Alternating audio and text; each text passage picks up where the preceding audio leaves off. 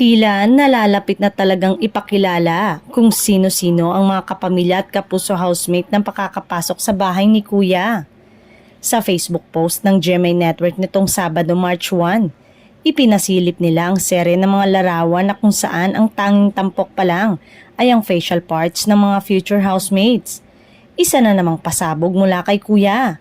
May pasilip sa mga kapuso at kapamilya celebrity housemates na papasok sa bahay ni Kuya. Saad ng GMA Network sa caption.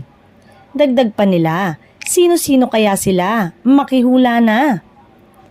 Umani tuloy ng samot-saring reaksyon mula sa mga netizen ang nasabing Ito ang ilan sa kanilang mga komento. Dapat hindi mga baguhan, mas maganda yung mga adult na at matagal na sa pag-aartista. Umay, pagbago parang di naman celebrity. Iba pa rin ang PBB dati ngayon, puro magaganda at gwapo lang kinukuha nila. Sana umano ay hindi na mga sikat ang papasok at mga bagong mukha naman para makilala sila at sumikat. Matatanda ang kamakailan lang ay inanunsyo. Ngayong buwan ng Marso, magsisimula ang makasaysayang Pinoy Big Brother Celebrity Collab Edition ng GMA Network at ABS-CBN.